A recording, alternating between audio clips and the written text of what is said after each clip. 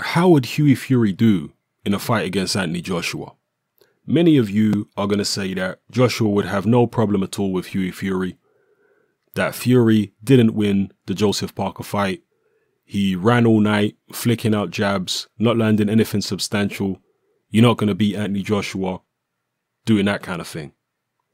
But there's another school of thought, and there's another perception that Hughie Fury actually did beat Joseph Parker, and he did so by using excellent movement, showing excellent stamina, great ring generalship, a very good jab, good counter-punching ability, and a very, very good chin. And that school of thought is going to say that not only can Hughie Fury give Anthony Joshua a very difficult fight, but he can also beat Anthony Joshua. Whether he gets a decision or not is another matter, because Joshua is the cash cow, he's the money man. You would imagine the judges are not going to do Hughie Fury any favors if he goes in there against an Anthony Joshua and fights that kind of fight anyway. My take on it is, I do believe that Hughie Fury could give Joshua a lot of problems. Joshua is nowhere near as quick on his feet as Hughie Fury is.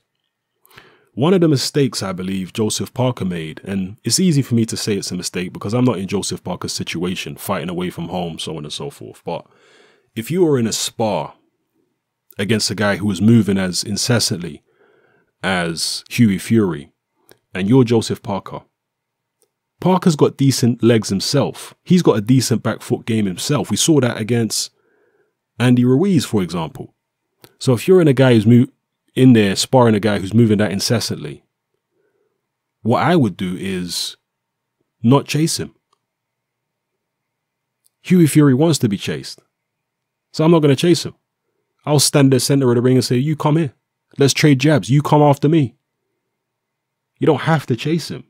Back off and try and test Hughie Fury's long range game. Let's see what his front foot game is like. Someone's going to have to throw punches eventually, right? Hughie Fury is the one who, let's say it was in a championship fight instead of a sparring ring. Hughie Fury is the one who's going to have to actually do something to land shots and take the initiative to take the belt from the champion.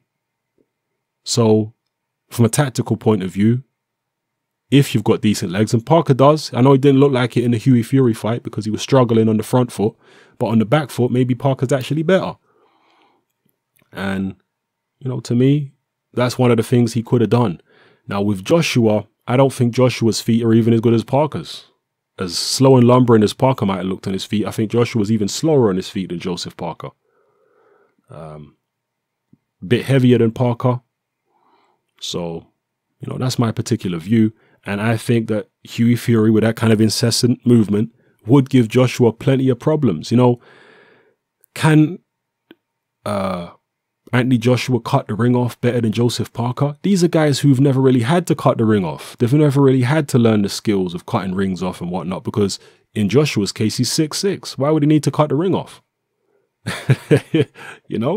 I know he fought a few taller guys in the amateurs, but generally he's been the taller guy in the ring, or has at least been the same height as the guys he's been facing. So he's never had to learn these kind of skills or spend too much time in the gym practicing these kind of things.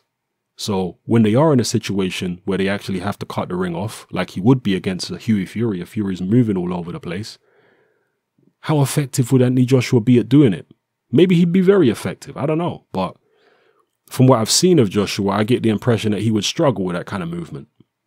But as I said earlier on in the video, this is Anthony Joshua. He is, as Carl Froch liked to call himself once upon a time, an international superstar. And the crowd at a Joshua-Hughie Fury fight would boo loudly if Hughie Fury was moving around the ring, jabbing all night. They'd boo loudly. They'd say that's negative, and that probably would influence the judges if they even needed any more influencing, with Joshua being the superstar. So, but if it was done purely from an objective point of view, with judges who are not influenced by politics or the crowd, I know we're talking about Fantasyland stuff here, people, but if there was such a scenario, then I believe Hughie Fury with that kind of movement can at least give Joshua a difficult fight and an awkward night. Maybe not necessarily beat him, but give him a very, very difficult night's work. That's my view. Drop your views in the comment section below and let me know how you feel. Maybe you feel that Hughie Fury should have taken the Joshua fight when he was offered it, because he's been offered the Joshua fight several times. Maybe he should have taken him, or maybe he just wasn't ready then. Let me know how you feel, people. It's happening. I'm out.